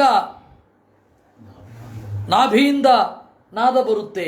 ಹೀಗಾಗಿ ನಾದದ ಜೊತೆಗೂಡಿದವ, ಅದರಿಂದಾಗಿ ಮನಸ್ಸನ್ನು ಸನಾತನ ಅಂತ ಕರೀತಾರೆ. ಇವನು ವೇದದ ನಾದದಿಂದಲೂ ಪ್ರತಿಪಾದ್ಯ, ಆದ್ದರಿಂದಾಗಿ ಅನಿರುದ್ಧ ಅಂತನ್ನುವ ಭಗವಂತನನ್ನು ಸನಾತನ ಅಂತ ಕರೀತಾರೆ. ಇವನು ಮನೋಮಯನಾದ ಅವನು ಸನಾತನ. ಇದು ಮೋಕ್ಷ ಧರ್ಮದಲ್ಲಿಯೇ ಆ ರೀತಿ ಇದೆ. ಮನೋಮಯಂ, ಈ ಮನಸ್ಸು ಏನಿದೆ ಅದು ವಿಕಾರ್ಯಂ. ಯಾವ ಯಾವ ಪಾತ್ರೆಯಲ್ಲಿ ಮನಸ್ಸು ಇರುತ್ತೋ ಆ ಪಾತ್ರೆಗನುಗುಣವಾದ ಬುದ್ಧಿ, ಆ ಪಾತ್ರೆಗನುಗುಣವಾದ ಅಭಿಪ್ರಾಯ ಮನಸ್ಸಿನದ್ದಿರುತ್ತೆ. ಅದರಿಂದಾಗಿ ಅದು ವಿಕಾರ್ಯ ಅಂದರು. ದೇಹಕ್ಕನುಗುಣವಾಗಿ ಮನಸ್ಸು ಕೆಲಸ ಮಾಡುತ್ತೆ. ಅದರಿಂದಾಗಿ ವಿಕಾರ್ಯ. ಮನೋಮಯಂ ದೇವಮಯಂ ವಿಕಾರ್ಯಂ ದೇವಮಯಂ ಅಂದರು. ಸಾಮಾನ್ಯವಾಗಿ ಅನೇಕ ದೇವತೆಗಳು ಅದಕ್ಕೆ ಅಭಿಮಾನಿಗಳು. ದೇವರಿಗಾಗಬೇಕಾದ್ರೆ ವಿಕಾರ್ಯಂ ಅಂದರೆ ಆಚಾರ್ಯರು ಹೇಳಿದ್ರು ವಿವಿಧ ಕಾರ್ಯಯುಕ್ತಂ ಅಂತ. ಬೇರೆ ಬೇರೆ ತರಹದ ಕೆಲಸಗಳಿಂದ ಕೂಡಿದ್ದಾನೆ. ಆ ಹಿನ್ನೆಲೆಯೂ ಮನಸ್ಸು ಹೌದೇ, ಬೇರೆ ಬೇರೆ ಬೇರೆ ಬೇರೆ ಬೇರೆ ಬೇರೆ ಕೆಲಸಗಳನ್ನು ಮಾಡುತ್ತೆ. ದೇವರಿಗೆ ಆ ಗುಣ ಇದೆ. ಆದ್ದರಿಂದ ದೇವರ ಸನ್ನಿಧಾನದಿಂದ ಮನಸ್ಸಿಗೆ ಈ ಗುಣ ಬಂದಿದೆ. ದೇವಮಯಂ, ದೇವನೇ ಅದಕ್ಕೆ ಪ್ರಧಾನ. ಮನಸ್ಥಿತೋ ಹರಿರ್ನಿತ್ಯಂ ಸರ್ವದೇವೇಶು ಸಂಸ್ಥಿತಃ. ಮನಸ್ತತ್ವದ ನಿಯಾಮಕನಾದ ಭಗವಂತ ಎಲ್ಲ ದೇವತೆಗಳಲ್ಲಿ ಇದ್ದಾನೆ. ದೇವ ಪ್ರಧಾನಕಾನ್ ಲೋಕಾನ್ ಕರೋತ್ಯನುಗತ ಸದಾ. ಆ ತರಹದ ದೇವತೆಗಳನ್ನೇ ಪ್ರಧಾನವಾಗಿ ಲೋಕಗಳನ್ನು ಮಾಡಿದ್ದಾನೆ. ಯಾಕೆಂದರೆ ಅವರವರ ಮನಸ್ಸಿನ ಮೂಲಕ ದೇವತೆಗಳೇ ಪ್ರಧಾನ. ಮನೋಮಯಂ ದೇವಮಯಂ ವಿಕಾರ್ಯಂ, ಆ ತರಹದ ಮನಸ್ಸು, ಆ ತರಹದ ದೇವರು. ಸಂಸಾಧ್ಯ ಮತ್ಯಾ ಸಹತೇನ ಯಾತಿ. ಈ ಮನೋಮಯನಾದ ಭಗವಂತನನ್ನ, ಭಗವದ್ ರೂಪವನ್ನು ಕುರಿತು ದೇವರು ಎಲ್ಲ ಕರ್ಕೊಂಡು ಹೋಗ್ತಾನೆ. ದೇವತೆಗಳು ಮನಸ್ಸಿನ ನಿಯಾಮಕನಾದ ಭಗವಂತನ ಒಲುಮೆಯನ್ನು ಪಡೆದು ಅಲ್ಲಿಂದ ಮುಂದೆ ಬುದ್ಧಿತತ್ವದ ಕಡೆಗೆ ಪ್ರಯಾಣ ಬೆಳೆಸ್ತಾರೆ. ಮನುಷ್ಯರ ಮನಸ್ಸಿಗೆ ಯಾಕೆ ಈ ಗುಣ ಇದೆ ಅಂದರೆ ದೇವರಿಗೆ ಈ ಗುಣ ಇದೆ. ಆದ್ದರಿಂದಾಗಿ ಮನೋಮಯಂ ದೇವಮಯಂ ವಿಕಾರ್ಯಂ ಇದೆಲ್ಲ ದೇವರಿಗಿರುವ ಗುಣ. ದೇವರ ಸನ್ನಿಧಾನ ಇರೋದರಿಂದ ಮನಸ್ಸಿಗಿರುವ ಗುಣ. ಹೀಗಾಗಿ ಅವರು ಆ ನಿಯಾಮಕವಾದ ಭಗವದ್ ರೂಪವನ್ನು ನೋಡಿ ಅಲ್ಲಿಂದ ಮುಂದೆ ಹೋಗ್ತಾರೆ. ಸಭೂತ ಸೂಕ್ಷ್ಮೇಂದ್ರಿಯ ತನ್ನಿಕರ್ಷಾತ್ ಸನಾತನೋಸೌ ಭಗವಾನನಾದಿ. ಮನೋಮಯಂ ದೇವಮಯಂ ವಿಕಾರ್ಯಂ ಸಂಸಾಧ್ಯ ಮತ್ಯಾ ಸಹತೇನ ಯಾತಿ. ಇದಕ್ಕಿಂತ ಒಳ್ಳೆ ಮೆಟಾಫಿಸಿಕ್ಸು ನಮಗೆ ಟಾವ್ ಆಫ್ ಫಿಸಿಕ್ಸಿನಲ್ಲಿಯೂ ಸಿಗೋದಿಲ್ಲ. ಟಾವ್ ಆಫ್ ಫಿಸಿಕ್ಸಿನಲ್ಲಿ ಅದು ಟಾವೋ ಅಂತ ನಾವು ಇಂಗ್ಲೀಷಿನವರು ಹೇಳುವಂಥದ್ದು, ಅವರು ದಾವ್ ಅಂತ ಹೇಳ್ತಾರೆ. ದಾವ್ ಟಿಬೇಟಿನವರು TAO ಅದು ಏನಿದ್ರು ಅವ್ರು ದಾವ್ ಅಂತ ಉಚ್ಚಾರ ಮಾಡೋದು. ದಾ ಅವರಿಗೆ ದಾವ್. ಅಲ್ಲಿ ಬೌದ್ಧರ ಇನ್ಫ್ಲೂಯೆನ್ಸಿನಿಂದ ಅವನು ಮೆಟಾಫಿಸಿಕ್ಸ್ ಇದು ಅಂತ ಹೇಳಿ ಬರೋದತ್ತು. ಆದರೆ ಆಚಾರ್ಯರು ಹೇಳುವಂತಹ ಫಿಸಿಕ್ಸ್ ಏನಿದೆ ಅದು ಪರಿಶುದ್ಧ ವೈದಿಕವಾದದ್ದು. ಮತ್ತು ನಾವು ಅದನ್ನು ರಿಲೇಟ್ ಮಾಡ್ಕೊಳ್ಬಹುದು. ನಮ್ಮ ಮನಸ್ಸಿಗೆ ಹೌದು ಈ ಗುಣ ಇದೆ, ಯಾಕೆ? ದೇವರಿಗೆ ಈ ಗುಣ ಇದೆ. ಆದ್ದರಿಂದ ದೇವತೆಗಳು ಅದನ್ನು ಮೀರ್ತಾರೆ. ಹೇಗೆ? ಮುಕ್ತಿಯನ್ನು ಹೊಂದಬೇಕಾದ್ರೆ ಆ ಭಗವದ್ ರೂಪದ ಒಲುಮೆಯನ್ನು ಪಡೆದು ಮುಂದೆ ಹೋಗ್ತಾರೆ. ಆದ್ದರಿಂದ ನಮಗೆ ಒಂದು ಕ್ಲಾರಿಟಿ ಇದೆ. ಪಂಚಭೂತಗಳ ಗುಣ ಏನು, ಭೂತ ಸೂಕ್ಷ್ಮಗಳ ಗುಣ ಏನು, ಈ ಪಂಚಭೂತಗಳನ್ನು ಭೂತ ಸೂಕ್ಷ್ಮಗಳನ್ನು ಬೆಸೆಯುವ ಇಂದ್ರಿಯಗಳ ಒಳಗಡೆ ಇರುವ ಮನಸ್ಸಿನ ಗುಣ ಏನು? ಅದು ನಮಗೆ ಗೊತ್ತಾಯಿತು. ನಮ್ಮ ಅನುಭವ ಪ್ರಪಂಚ ಎಲ್ಲ ಅಲ್ಲೇ ಇರುವುದು.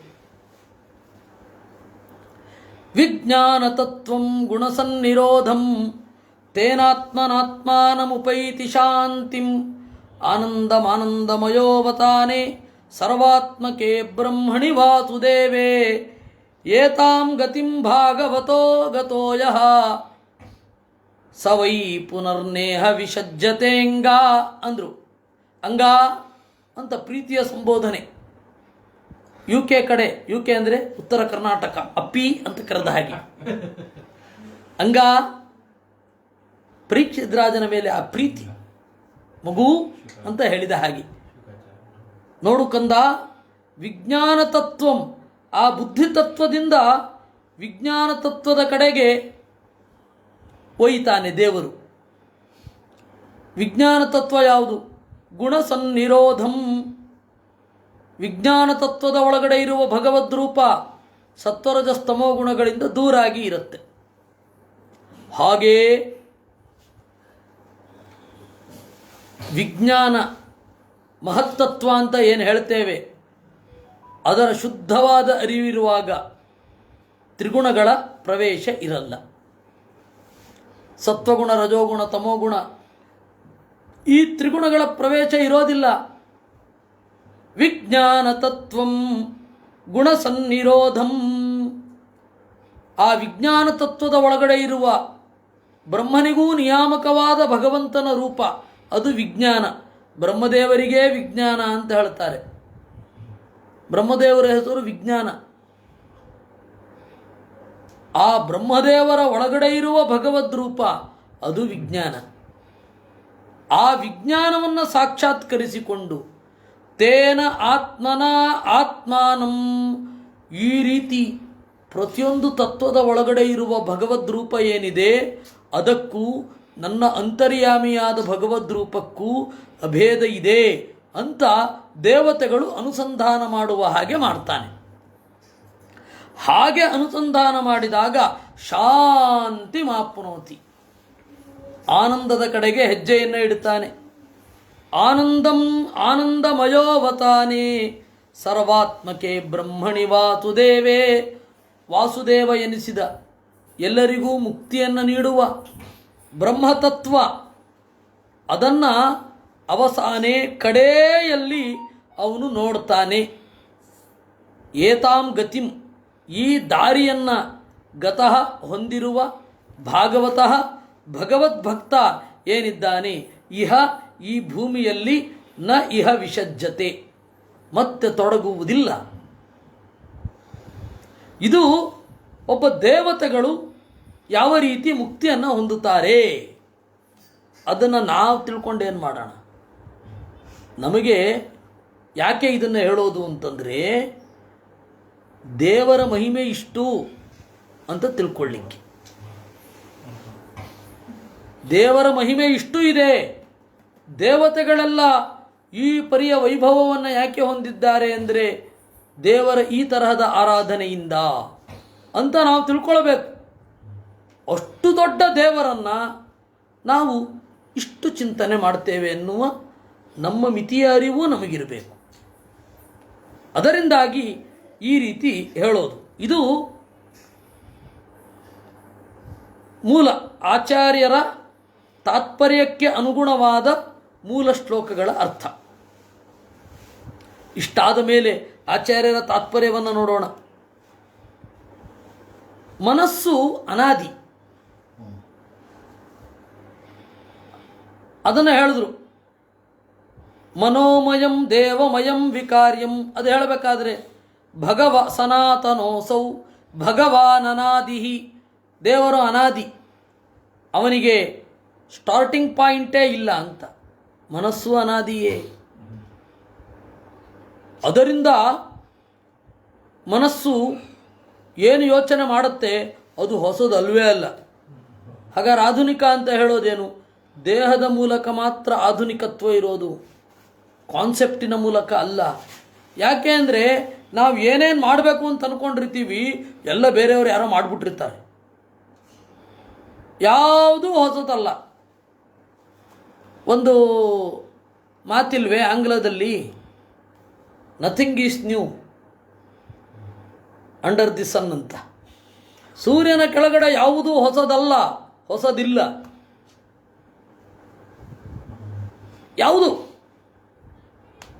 ಯಾವುದೂ ಹೊಸದಿಲ್ಲ. ಅದರಿಂದಾಗಿ ನಾವು ಹೊಸದನ್ನು ಕಂಡೆವು ಅನ್ನೋದೇ ನಮ್ಮ ದಡ್ಡತನ.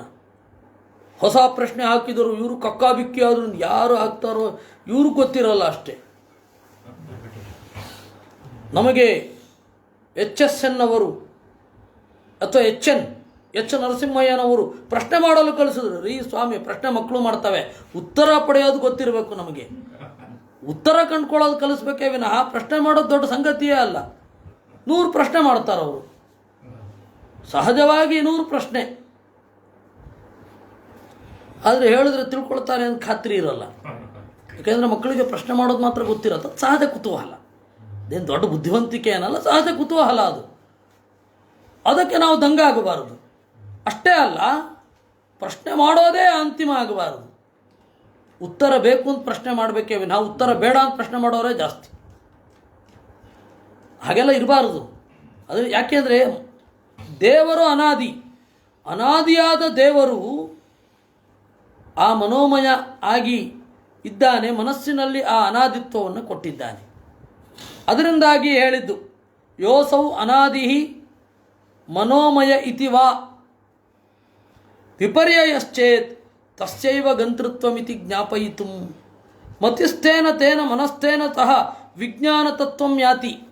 ಬುದ್ಧಿತತ್ವದ ಒಳಗಡೆಯಿಂದ ಬುದ್ಧಿತತ್ವದ ನಿಯಾಮಕನಾದ ಭಗವಂತ, ಆಮೇಲೆ ಮನಸ್ತತ್ವಕ್ಕೆ ಬಂದು, ಮನಸ್ತತ್ವದ ಒಳಗಡೆ ಇರುವ ಭಗವಂತ ಬುದ್ಧಿತತ್ವಕ್ಕೆ ಬಂದು, ಬುದ್ಧಿತತ್ವದ ಒಳಗಡೆ ಇರುವ ಭಗವಂತ ನಮ್ಮನ್ನು ವಿಜ್ಞಾನ ತತ್ವಕ್ಕೆ ಕೊಂಡೊಯ್ದು, ವಿಜ್ಞಾನ ತತ್ವದ ಒಳಗಡೆ ಇರುವ ಭಗವಂತ ದೇವತೆಗಳನ್ನು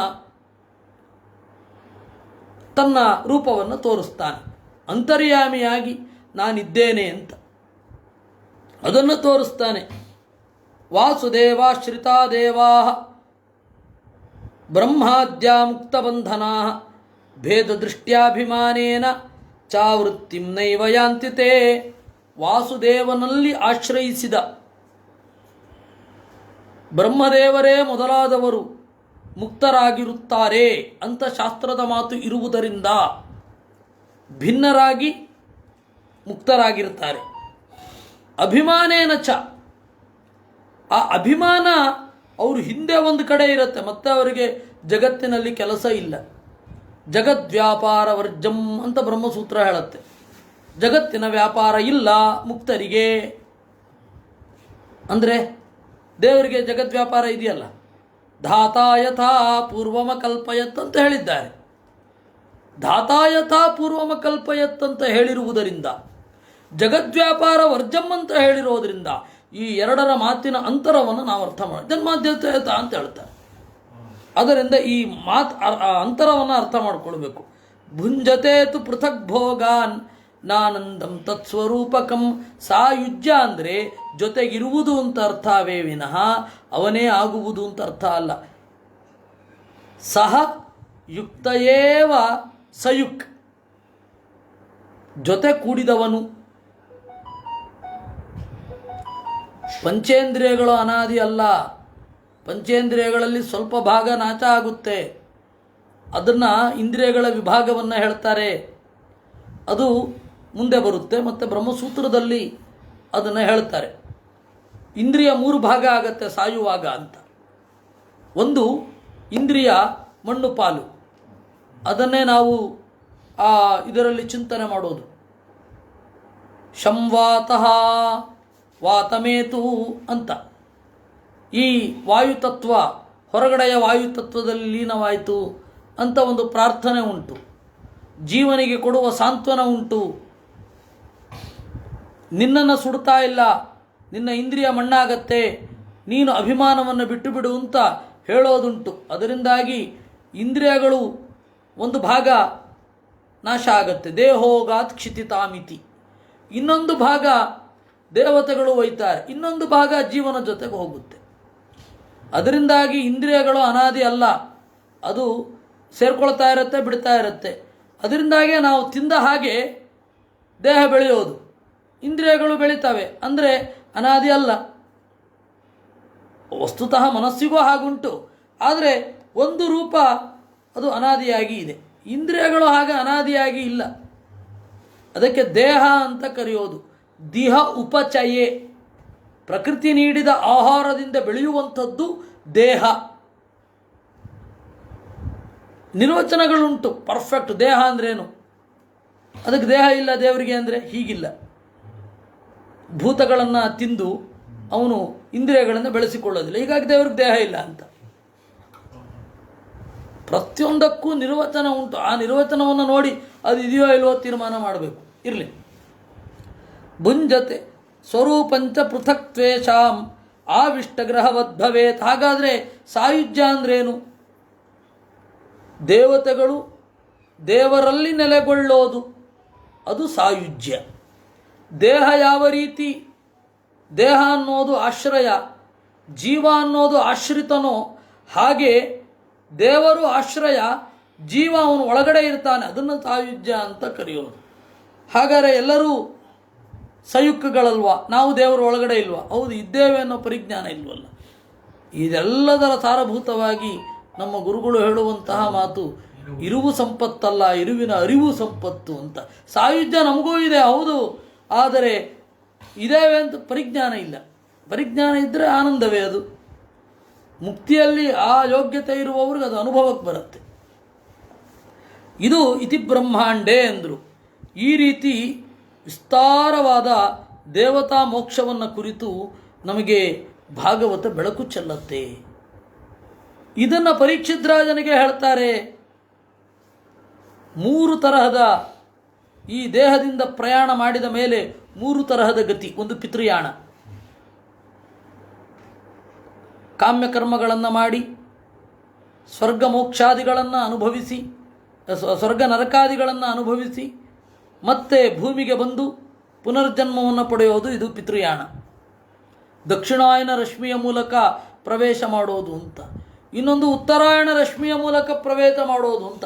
ಉತ್ತರಾಯಣ ಕಾಲ ಅಲ್ಲ ನೋಡಿ, ನಮ್ಮ ರಾಘವೇಂದ್ರ ಸ್ವಾಮಿಗಳೇ ದಕ್ಷಿಣಾಯನ ಕಾಲದಲ್ಲಿ ಹೋಗಿದ್ದಾರೆ. ಏನು ಮಾಡಲಿಕ್ಕೆ, ಏನಂತ ಹೇಳೋದು? ಅದರಿಂದಾಗಿ ಅದು ಕಾಲ ಅಲ್ಲ, ಉತ್ತರಾಯಣ ರಶ್ಮಿ. ಉತ್ತರಾಯಣದಲ್ಲಿ ಹೋಗೋದು ಅಂದರೆ ಉತ್ತರಾಯಣ ರಶ್ಮಿಗಳ ಮೂಲಕ ಹೋಗೋದು ಅಂತ. ಅದು ದೇಹದ ಒಳಗಡೆಯೇ ಇರುತ್ತೆ. ಹೌದು, ಅಲ್ಲ, ಭೀಷ್ಮಾಚಾರ್ಯರು ಕಾಯ್ತಾ ಇದ್ದದ್ದು ಉತ್ತರಾಯಣ ಬರಲಿ ಅಂತಲ್ಲ. ಭೀಷ್ಮಾಚಾರ್ಯರಿಗೆ ಒಂದು ಪ್ರಾರಬ್ಧ ಇತ್ತು. ಏನು? ಪ್ರಾರಬ್ಧದ ಒಳಗಡೆ ಒಂದು ಪ್ರಾರಬ್ಧ. 8 ಜನ 8 ಮರಣಗಳ ಒಟ್ಟಿಗೆ ಅನುಭವ ಆಗಬೇಕು. 8 ಜನ್ಮಗಳ ಒಟ್ಟಿಗೆ ನೋವಿನ ಅನುಭವ ಆಗಬೇಕು. ಆ ನೋವಿನ ಅನುಭವ ಆಗಲಿಕ್ಕೆ ಅವರಿಗೆ ಆ ಪರಿ ಸರಳಿನ ಮಂಚದ ಮೇಲೆ ಮಲಗಬೇಕಾಯಿತು. ಅವ್ರಿಗಂತಹ ಪ್ರಾರಬ್ಧ. ಅದನ್ನು ಅನುಭವಿಸಿದ ಮೇಲೆ ಹೋದರು ಅವರು. ಅಷ್ಟೇ. ಉತ್ತರಾಯಣಕ್ಕಾಗಿ ಕಾಯ್ತಾ ಇದ್ರು ಅಂತ ಅನ್ನೋದು ಇವ್ರ ಮಾತು. ಅಲ್ಲಿಲ್ಲ ಹಾಗೆ. ಮೂಲವನ್ನು ನಾವು ನೋಡಲೇಬೇಕು, ಇಲ್ಲ ಅಂತಂದರೆ ಸಾಧ್ಯ ಇಲ್ಲ. ಏತೇ ಶ್ರುತೀತೆ ನೃಪವೇದ ಗೀತೆ ತ್ವಯಾಭಿಪೃಷ್ಟೇತ ಸನಾತನೇ ಚ ಯೇ ದ್ವೇ ಪುರಾ ಬ್ರಹ್ಮಣ ಆಹ ಪೃಷ್ಟಃ ಆರಾಧಿತೋ ಭಗವಾನ್ ವಾಸುದೇವ. ಏತೇ ಗತಿ, ಈ 2 ದಾರಿ ನೀನು ಕೇಳಿದ್ದು. 2 ದಾರಿ ಜೀವರು ಸಾಮಾನ್ಯವಾಗಿ ಮನುಷ್ಯರಿಗೆ ಅನುಭವಕ್ಕೆ ಬರುವಂಥದ್ದು ಈ 2. ಇನ್ನೊಂದು ಬ್ರಹ್ಮದೇವರ ಜೊತೆಗೆ ಹೋಗುವಂಥದ್ದು, ಅದು ಬಹಳ ಕಷ್ಟ. ಅದರಿಂದಾಗಿ ಈ 2 ದಾರಿ. ಏತೇ ಗತೇತೆ, ಇದು 2 ನೀನು ಕೇಳಿದ್ದು. ನೃಪ ವೇದ ಗೀತೆ, ವೇದ ಹೇಳಿದ ದಾರಿ ಇದು. ತ್ವಯಾಭಿಪೃಷ್ಟೇಥ ಸನಾತನೇ ಚ, ಇದು ಅತ್ಯಂತ ಹಳೆಯ ದಾರಿ. ಎಷ್ಟು ನಡೆದರೂ ಮುಗಿಯದ ದಾರಿ. ಎಷ್ಟೂ ಜನ ನಡೀತಾ ಇರ್ತಾರೆ ಈ ದಾರಿಯಲ್ಲಿ, ನಡೀತಾ ಇರುತ್ತೆ. ಯೇ ದ್ವೇ ಪುರಾ ಬ್ರಹ್ಮಣ ಆಹ ಪೃಷ್ಟಃ, ಇದನ್ನು ಸ್ವಯಂ ದೇವರು ಬ್ರಹ್ಮದೇವರಿಗೆ ಹೇಳಿದ್ದನ್ನು ನಾನು ನಿನಗೆ ಹೇಳಿದ್ದೇನೆ. ಇದು ಬಹಳ ಹಳೇದಿದು. ನ ಹ್ಯತೋನ್ಯ ಶಿವಪಂಥಾ ವಿಶ್ರುತ ಸಂಸ್ಕೃತಾವ್ಯಃ ವಾಸುದೇವೇ ಭಗವತಿ ಭಕ್ತಿಯೋಗೋ ಯತೋ ಭವೇತ್. ನ ಹ್ಯತೋನ್ಯ ಶಿವಪಂಥಾ. ಇದನ್ನ ಈ ಎರಡು ದಾರಿಯಲ್ಲಿ ಸಾಗಬೇಕಾದ್ರೆ ಒಂದು ದಾರಿಯನ್ನು ನಾವು ಹಿಡಿಬೇಕು, ಅದೇ ಭಕ್ತಿ ಯೋಗ. ಅದನ್ನು ಈ ಗ್ರಂಥದಲ್ಲೇ ಹೇಳಿದ್ದು. ಪರಮಾತ್ಮನಲ್ಲಿ ಭಕ್ತಿ ಅನ್ನುವ ಉಪಾಯವನ್ನು ಮಾಡಿದರೆ ಈ ಎರಡು ದಾರಿಯಲ್ಲಿ ನಾವು ಹೋಗಬಹುದು. ಸಂಸ್ಕೃತವು ಇಹ ವಿಶ್ರುತಃ. ಸಂಸಾರದಲ್ಲಿ ಒಳ್ಳೆ ದಾರಿ ಅಂದರೆ ಇವೆರಡೆ, ಬ್ರಹ್ಮಯಾನ ದೇವಯಾನ. ಪಿತೃಯಾನ ಅದೆಲ್ಲರಿಗೂ ಹಾಗೇ ಆಗುತ್ತೆ, ನಾವು ಕೇಳಬೇಕು ಅಂತಿಲ್ಲ, ಅದು ಹಾಗೇ ಆಗುತ್ತೆ. ಅದು ಈಗೆಲ್ಲ ಹಾಗೆಯೇ ಈ ಕಾಲದ ತನಕ ನಾವು ಬಂದಿರೋದು. ಅದರಿಂದಾಗಿ ಅದ್ರ ಬಗ್ಗೆ ಎಲ್ಲ ಹೇಳಿದ್ದು ಮೂರು ದಾರಿ. ಇವರು ಹೊಗಳ್ತಾ ಇರೋದು ಎರಡು ದಾರಿ. ಹೌದ್ರಿ, ಒಂದು ಎಲ್ಲರಿಗೂ ಸಹಜವಾಗಿ ಆಗ್ತಾ ಇರುತ್ತೆ, ಅದನ್ನೇನು ಹೇಳೋದು. ಯದ್ ಭಗವಾನ್ ಆಹ ಅಥೋ ಭಾಗವತಾಖ್ಯಾತ್ ಗ್ರಂಥಾತ್ ಶಿವಪಂಥಾ. ದೇವರು ಹೇಳಿದ ಭಾಗವತ ಒಂದು ಮುಂದೆ ಬರುತ್ತೆ. ಈ ಭಾಗವತದ ಸಂಕ್ಷಿಪ್ತ ರೂಪ 4 ಶ್ಲೋಕ ಉಂಟು. ಚತುಶ್ಲೋಕಿ ಭಾಗವತ ಅಂತ ಸಂಪ್ರದಾಯದಲ್ಲಿ ಅದನ್ನು ಹೇಳ್ತಾರೆ. ಈ ತರಹದ ಭಾಗವತದಲ್ಲಿ ಪ್ರಸಿದ್ಧವಾದ ದಾರಿ ಭಕ್ತಿಯೋಗ ಅನ್ನುವ ದಾರಿ. ಈ ಭಕ್ತಿಯೋಗ ಅಂತನ್ನುವ ದಾರಿ ಏನಿದೆ ಅದು ನಮಗೆ ಈ ದಾರಿಗೆ ಲೀಡ್ ಕೊಡುತ್ತೆ, ಈ ಎರಡು ದಾರಿಗೆ. ಅದಂದ ಭಗವನ್ ಬ್ರಹ್ಮಕಾರ್ತ್ಸ್ನೇನ ತ್ರಿರನ್ವೀಕ್ಷ್ಯ ಮನೀಷಯ ತದಧ್ಯ ಪಶ್ಚತ್ ಕೂಟಸ್ಥೆ ರತಿರಾತ್ಮನ್ಯತೋ ಭವೇತ್. ಭಗವಾನ್ ವೇದವ್ಯಾಸರು ಕಾರ್ತ್ಸ್ನೇನ ಪೂರ್ಣವಾಗಿ ತ್ರಿಹಿ 3 ಬಾರಿ ಬ್ರಹ್ಮ ಅನ್ವೀಕ್ಷ್ಯ ವೇದವನ್ನೆಲ್ಲ ಚಿಂತಿಸಿ ವೇದಗಳನ್ನು 3 ಬಾರಿ ಆವೃತ್ತಿ ಮಾಡಿ ತತ್ ಅಧ್ಯಪಶ್ಯತ್ ಈ ಭಾಗವತ ಪುರಾಣವನ್ನು ಕಂಡ. ಯಾವುದನ್ನು ಓದಿದರೆ ಆತ್ಮನ್ ರತಿ ಭವೇತ್, ದೇವರಲ್ಲಿ ಪ್ರಜ್ಞೆ ಉಂಟಾಗತ್ತೋ ಅಂತಹ ಭಾಗವತವನ್ನು ಕಂಡ. ತತ್ ಭಾಗವತಂ ಪುರಾಣಂ ಅಪಶ್ಯತ್. ಕಂಡದ್ದು ಯಾವುದನ್ನು? ಪುರಾಣವನ್ನು. ಏನು ಮಾಡಿ? 3 ಬಾರಿ ವೇದವನ್ನು ಚಿಂತನೆ ಮಾಡಿ ಕಂಡದ್ದು.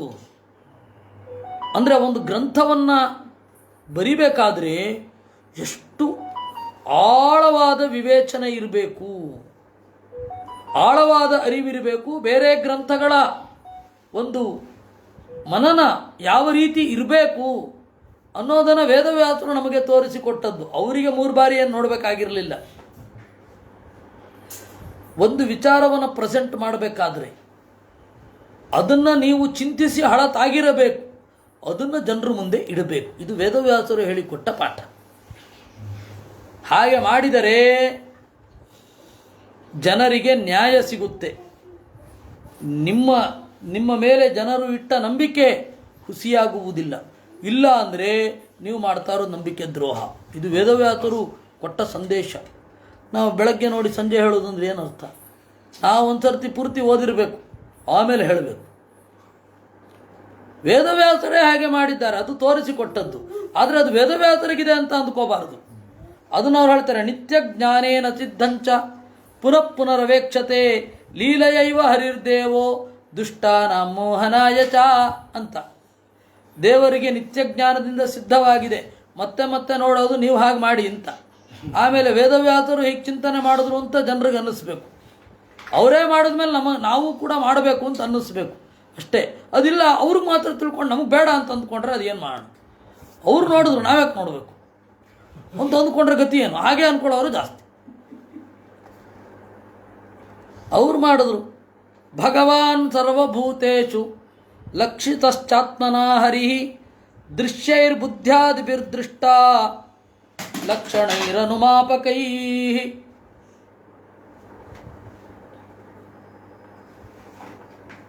ಭಗವಾನ್ ಸರ್ವಭೂತೇಷು, ಪರಮಾತ್ಮ ಎಲ್ಲ ಜೀವರಲ್ಲಿ ಹೇಗೆ ನಿಯಾಮಕನಾಗಿದ್ದಾನೆ ಅಂತ ಇಲ್ಲಿ ಲಕ್ಷಿತನಾಗಿದ್ದಾನೆ, ಅವನ ಲಕ್ಷಣಗಳನ್ನು ಹೇಳಿದ್ದಾರೆ. ಲಕ್ಷಣಗಳ ಮೂಲಕವೇ ಒಬ್ಬ ವ್ಯಕ್ತಿಯನ್ನು ಗುರುತಿಸೋದಲ್ವಾ? ಲಕ್ಷಣಗಳಿಲ್ಲದೆ ಅಲ್ಲ. ಭಗವಾನ್ ಸರ್ವಭೂತೇಷು ಲಕ್ಷಿತಶ್ಚ ಆತ್ಮನಾ ಹರಿಹಿ ದೃಶ್ಯೈರ್ಬುದ್ಧ್ಯಾದಿಭಿರ್ದ್ರಷ್ಟ ಲಕ್ಷಣೈರನುಮಾಪಕೈ. ಹಾಗೆ ಅಲ್ವಾ? ಕಾಣುವ ಪದಾರ್ಥಗಳಿಂದ ಕಾಣದ ವಸ್ತುವನ್ನು ನಾವು ಗ್ರಹಿಸಬೇಕು. ಕಾಣುವ ವಸ್ತುಗಳಿಂದ ಕಾಣದವನನ್ನು ಗುರುತಿಸಬೇಕಾದ್ರೆ ಜಡ ವಸ್ತುಗಳ ಲಕ್ಷಣ ಏನು? ಇದರ ಒಳಗಡೆ ಈ ಲಕ್ಷಣ ಬರಬೇಕಾದ್ರೆ ಅಂತರ್ಯಾಮಿಗೆ ಏನಿರಬೇಕು ಅದನ್ನೆಲ್ಲ ನಾವು ನೋಡಬೇಕಾಗತ್ತೆ. ಹೀಗೆ ಚಿಂತನೆ ಮಾಡಬೇಕು. ಲಕ್ಷಿತಶ್ಚ ಅಸ್ಮಿನ್ ಪುರಾಣೆ ಬುದ್ಧ್ಯಾದೀನಾಂ ಪಾರವಶ್ಯ ದರ್ಶನಾತ್ ಅನ್ಯೋ ನಿಯಂತ ಅಸ್ತಿ. ಪುರಾಣಗಳು ಕೂಡ ಸ್ಫುಟವಾಗಿ ಹೇಳಿದೆ, ನಿಮ್ಮ ಬುದ್ಧಿ ನಿಮ್ಮ ವಶದಲ್ಲಿಲ್ಲ ಅಂದರೆ ಯಾರ ವಶದಲ್ಲೂ ಇಲ್ಲ ಅಂತ ಅಂದ್ಕೋಬೇಡಿ ಅಂತ ಪುರಾಣ ಹೇಳಿದೆ.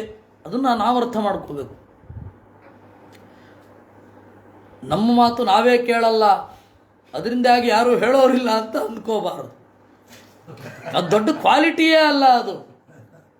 ಅದರಿಂದ ನಮ್ಮ ಬುದ್ಧಿ ನಮ್ಮ ಕೈಯಲ್ಲಿಲ್ಲ, ಹೀಗಾಗಿ ಯಾರ ಕೈನಲ್ಲೂ ಇಲ್ಲ ಅಂತ ಅನ್ಕೋಬಾರದು. ಲಕ್ಷಿತಶ್ಚ ಅಸ್ಮಿನ್ ಪುರಾಣೆ ಬುದ್ಧ್ಯಾದೀನಾಂ ಪಾರವಶ್ಯ ದರ್ಶನಾತ್ ಅನ್ಯೋ ನಿಯಂತ ಅಸ್ತಿ. ಸಮಾಧೌ ಚ ನಿಸ್ವತಂತ್ರಸ್ಯ ದೇಹಿನಃ. ಸಮಾಧೌ ಧ್ಯಾನ ಮಾಡುವಾಗ ಆಗಲಿ, ಅಸಮಾಧೌ ಚ ಧ್ಯಾನ ಮಾಡದೇ ಇರುವಾಗ ಆಗಲಿ ಜೀವನಿಗೆ ಸ್ವಾತಂತ್ರ್ಯ ಇಲ್ಲ ಅನ್ನೋದು ಎಲ್ಲರ ಅನುಭವಕ್ಕೆ ಬಂದಿದೆ. ಅದರಿಂದಾಗಿ ಅನ್ಯೋನಿಯಂತ ಭಗವಾನ್ ವಾಸುದೇವ ಪರಪ್ಪುಮಾನಿತಿ ಬ್ರಹ್ಮತರ್ಕೆ. ಅದರಿಂದ ನಿಮಗೆ ಮೀರಿದ ನಿಮ್ಮನ್ನು ನಿಯಂತ್ರಣ ಮಾಡುವ ಇನ್ಯಾರೋ ಒಬ್ಬ ಇದ್ದಾನೆ, ಅವನು ಯಾರು ಅಂತ ಹುಡುಕ್ತಾ ಹೋಗಿ ಅನ್ನೋದು ಭಾಗವತದ ತಾತ್ಪರ್ಯ. ಇದು ಅದು ಹೇಳಿದೆ. ಅದರಿಂದ ಅವನನ್ನು ನಾವು ಭಾಗವತದಲ್ಲಿ ಚಿಂತನೆ ಮಾಡಬೇಕು ಅಂತ ಭಾಗವತಾದಿಗಳು ಸೂಚ್ಯವಾಗಿ ನಮಗೆ ಹೇಳಿದೆ. ಹೀಗೆ ಈ ತರಹದ ಭಾಗವತದ ಇನ್ನೆರಡು ಶ್ಲೋಕ ಇದೆ, ಮುಗಿಸಿಬಿಡ್ತೇನೆ. ತಸ್ಮಾತ್ ಸರ್ವಾತ್ಮನ ರಾಜನ್ ಹರಿಸ್ಸರ್ವತ್ರ ಸರ್ವದಾ ಶ್ರೋತವ್ಯ ಕೀರ್ತಿತವ್ಯಶ್ಚ ಸ್ಮರ್ತವ್ಯೋ ಭಗವಾನ್ ಋಣಾಂ. ಅದರಿಂದ ಈ ತರಹದ ದೇವರನ್ನು ಕೇಳಬೇಕು, ಹೇಳಬೇಕು, ಅವನ ಬಗ್ಗೆ ನೆನಪಿಸಿಕೊಳ್ಳಬೇಕು. ಪಿಬಂತಿಯೇ ಭಗವತ ಆತ್ಮನಸ್ಸತಾಂ ಕಥಾಮೃತಂ ಶ್ರವಣಪುಟೇಶು ಸಂವೃತಂ ಪುನಂತಿಯೇ ವಿಷಯ ವಿದೂಷಿತಾಚಯಂ ವ್ರಜಂತಿ ತಚ್ಚರಣ ತರೋರುಹಾಂತಿಕಂ. ಈ ತರಹದ ಭಗವಂತನ ಕಥಾಮೃತವನ್ನು ಕಿವಿಗಳೆಂಬ ಬೊಗಸೆಯಲ್ಲಿ ಯಾರು ತುಂಬಿಕೊಳ್ಳುತ್ತಾರೆ ಅವರು ಪರಮಾತ್ಮನ ಚರಣ ಸರೋಜ ಸನ್ನಿಧಿಂ ಯಾಂತಿ, ಚರಣ ಸರೋರು ಹಾಂತಿಕಂ ಯಾಂತಿ.